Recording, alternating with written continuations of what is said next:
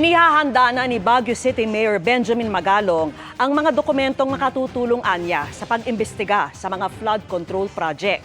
Kasunod ito ng paghimok ng Malacanang kay Magalong na ilahad kay Pangulong Bongbong Marcos ang kanyang mga nalalaman tungkol sa umunoy katiwalian sa mga proyekto. Ayon kay Magalong, mismong mga kontraktor at ilang opisyal ng mga LGU ang nagsabi sa kanya kaugnay ng moro-morong bidding at hatian ng pondo.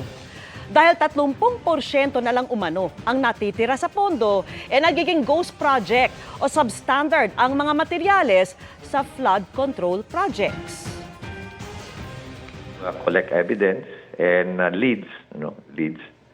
Patapos pati mga photos, pati mga kung ano-ano pa. Na pwede nang magamit na rin doon sa pag-imbestiga para pag tinurn over naman natin to maayos naman na to at hindi na mahirapan yung mga investigating body.